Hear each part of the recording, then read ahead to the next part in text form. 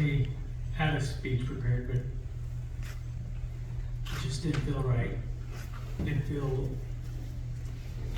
proper reading from the heart. It didn't come from the heart. And what made me realize that was a couple of days ago, as I was taking my daughter to school, she said, "Have you ever heard a song that you constantly hear and you just can't get it out of your head?" And since my sister passed, there has been one. And that changed everything. It just flooded me with memories. And that song, for me, Rachel loved it as well, was "It's so hard to say goodbye to yesterday." Voice to Man. Rachel and I was there when she drew her first breath.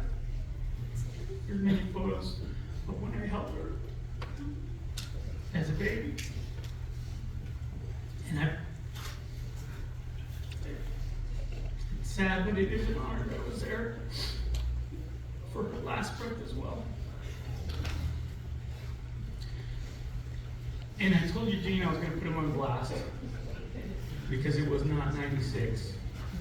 It was 97. And the reason why is that she wanted me to love this man so much. She gave him tips and she brought him over and she says, "Raymond's got to accept you or else this is not going to work." And Eugene used to have this pirate radio station in South San Jose. Signal wasn't very good, but she said, "Make a dedication to my brother. He loves oldies." So, what does Eugene do? Rachel comes over and she's like, "Oh, you should turn into Eugene's radio station. Let's listen to this." And we are, and Eugene's on the radio, and he says, "This dedication goes out to someone special out of San Jose. This is from Rachel Espinosa to her brother, Raymond Walrus."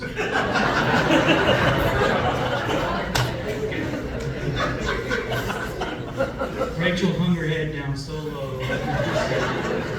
"I'm sorry. I told him it was wise.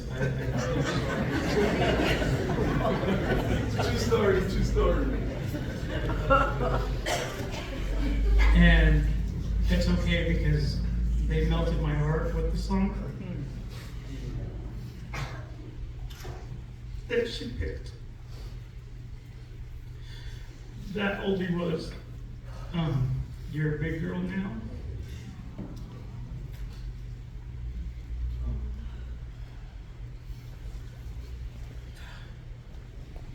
No more daddy's little girl.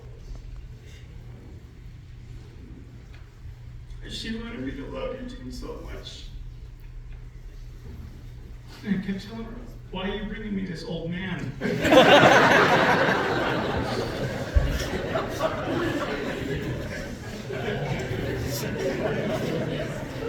This is a true story.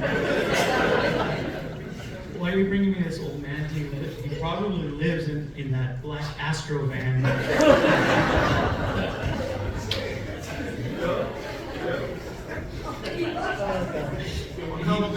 Anybody that knows, all the Macalas, even if they know Eugene, that Astro van was his favorite. And I told her he'd probably only make $100 a night on the weekends at either San Jose Live or 4th Street Bowl. But here we are, 28 years later, and he's still the love of our life, and Rachel bridged that gap. Just like she's bridged the gap with all of you. Pastor Randy said, Rachel had this love, and she loved fiercely. She didn't want to BS. Anybody likes to talk, the small talk. Rachel's not about that. It's a waste of my time. Our time's short, let's get to it. I want to get to know you. And that's the way she was. That's who she was. She was always bridging the gap. All we had was each other for so long until she formed her path with Eugene. And she created what she was missing. She was missing that family love that we didn't have. She built that with her kids. She built that with her husband. And yes, Rachel did call people for advice as well, only for her older brother. She would tell me, talk some sense into Eugene, show him something. Then she'd get mad because I got him drunk. And then she'd say, do something. Anytime Rachel was faced with an obstacle she could not deal, she'd call Big Brother. And then I would tell her, Big Brother's getting old. It's time for you to, kind of take care of things yourself. But we did everything together. She was my biggest cheerleader. We carried the history and shared our memories with everyone. Now, I'll be left with that torch.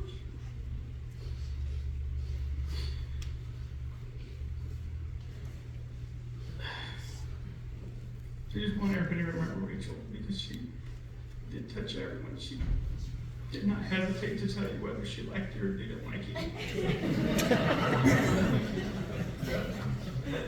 It was only black and white with her. This category. I love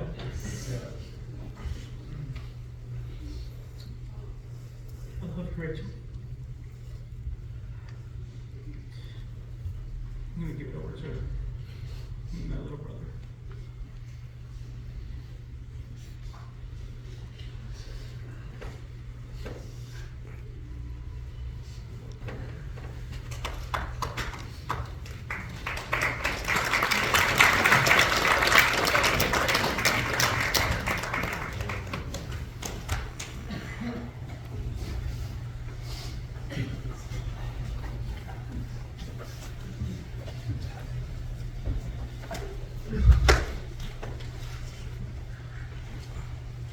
First off, I want to thank everyone who's here today. I can see how many people's lives my sister touched. She's such an amazing person. And by seeing all the beautiful people here today, I could see that. I'm going to share a little bit of my life with my sister.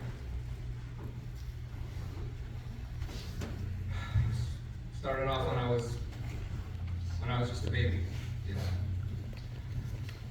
As soon as I was born, my sister having to take on the role of being a mom to me immediately. Having to change my diapers, stay up with me at night, take care of me when no one else would.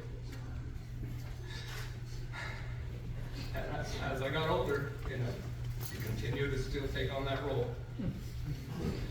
I just became a little harder to deal with. Pulling hair, throwing rocks, chasing them around with scissors. Her and my other sister, both of them, I was a menace to them. Lord knows if something happened to me, though, that was it. If they could have a black eye, and it didn't matter. They were still going to get in trouble. It's baby Junior okay, So, as the years went by, I always just, looked up to my sister. She was just an amazing person in my life. And when I was a little kid, 7, 8 years old, life was taken away from being around her. Me and my sister, mom picked us up and with my brother and moved us across the entire country. And I didn't get to see my sister for a few years. And it was just like one day I woke up and she wasn't there. I had my other sister, and me and her had a great relationship. I was the only person I could turn to during that time. My brother was with us, but you know, he had so much going on in his own life, you know, being a young teenager as well, becoming an adult, being the same thing, traveled across the country. But that didn't stop us. We stayed a family, you know, just us being together. And I had a great time being across the country, you know, trying to live the best life I could. But still, something was missing. I still didn't have a part of my life that should have been there. So that ended, and we moved across back to the side of the country. We finally came to California, San Jose actually. And I remember I had never ever seen a beach, I had never seen the water, I had never seen anything like that. And the first time we stopped here, we went to Santa Cruz Beach, and it was at nighttime, and I was with my sister, Monica, and it was just an amazing thing to see something so amazing that I had never seen. And wow, this is a giant lake, you know, I just was like, wow. And I was amazed. Still, you know, I was trying to make the best of what was there in front of me. You know, at the time, I had my other big sister to lean on during the times. I had my brother at times. But still, I still was missing something. Life was a little tough for us, you know. We tried to make the best of what was there for us, you know. Like I said, my parents weren't. My mom, my dad, they just weren't there. So as years went by, you know, just being a kid, trying to live life, playing with friends and making new friends, and living in a one-bedroom apartment with multiple people, just trying to make the best of it. But me and my sister always were best friends. My sister Monica, we just always just got out of that place, went outside, and didn't come in until it was nighttime, until we had to. But every time, you know, reality hit, as the night came, you know, it got tough again, knowing that back to this, all we had was one another. And then finally, you know, it got to a point where my sister was coming to visit us, and I was so excited. I was so excited to see someone I hadn't seen in so long.